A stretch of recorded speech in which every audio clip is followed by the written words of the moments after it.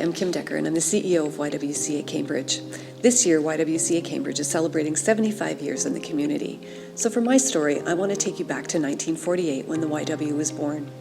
There were two groups in the community operating at that time, the Galt Women's Association and the group of women who wanted to start a YWCA. So the two groups met for tea at the Iroquois Hotel, and the Galt Women's Association gave the deed to their property to the women wanting to start the YWCA. And in 1948, the Galt YWCA was born. What's more remarkable about that story, though, is that those four women held the mortgage on that building, which was almost unheard of at that time.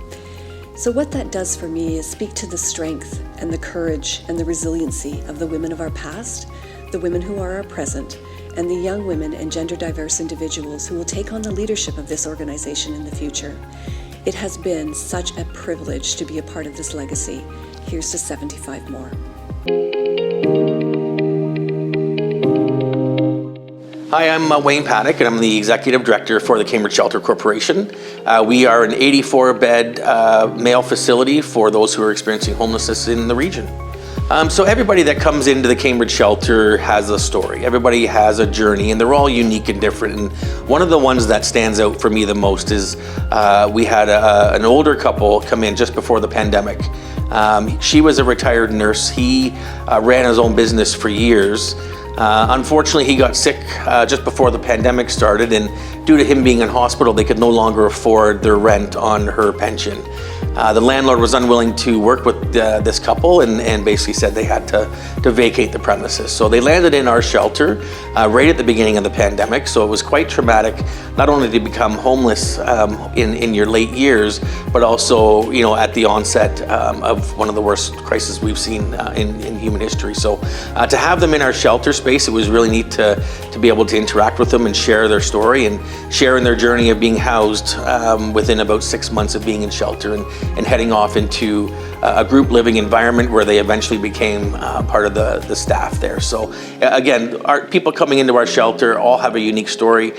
I love working with our individuals. They're for the most part wonderful people, and you know, if we can show compassion at this time of the stage, working with organizations like the Chamber of Commerce gives me the opportunity to get out and share these stories and hopefully promote more wellness and more housing opportunities for our folks in the future.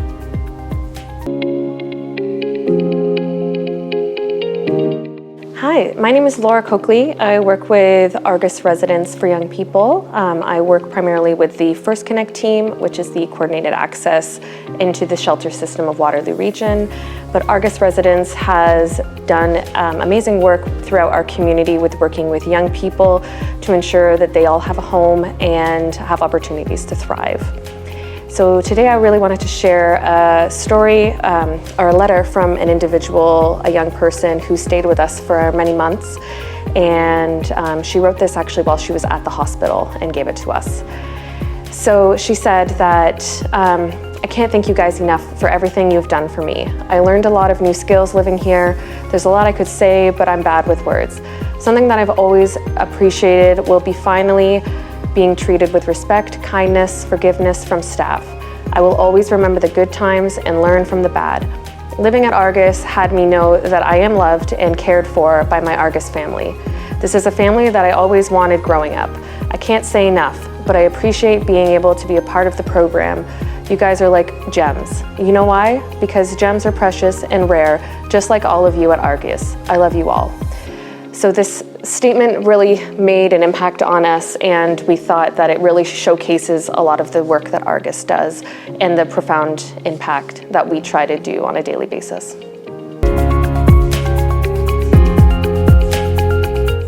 Hi, I'm Julie Phillips, CEO of Big Brothers Big Sisters of Waterloo Region. We foster and facilitate mentoring relationships, and I could tell you numerous stories about our bigs and littles over the years, but one story that really struck out to me as I was getting ready for this today is I was at a business after hours event many years ago at a local restaurant. Started chatting with a gentleman, sharing niceties, who we are, what we're all about, and he asked for a follow-up meeting with me and presented me with a $5,000 check. It just really goes to show you that people in this community are really passionate about the youth, and couldn't be more grateful for that.